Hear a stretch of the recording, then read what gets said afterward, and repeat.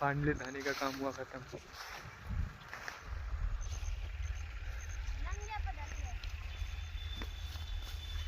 सबसे कम मेहनत करिए मनीष, बैठे हैं सवेरे से यहाँ। अब सबसे ज़्यादा करिए हमने। अब यहाँ तो काव ना 4-5 डाट जाते भाई, 1 घंटा लगा तो लगभग जरिए हमें यहाँ। अब एक दाम 25 खे पॉइंट आते हम कम से कम ले। वो सब भाई बैठे ठेकेदार अब पहुँच जुटे।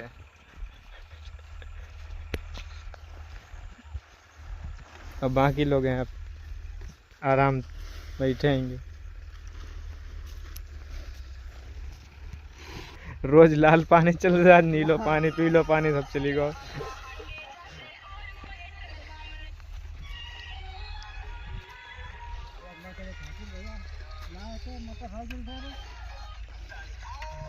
जी में से एक ठाकुर दवाला आते, एक आशीष लाओ।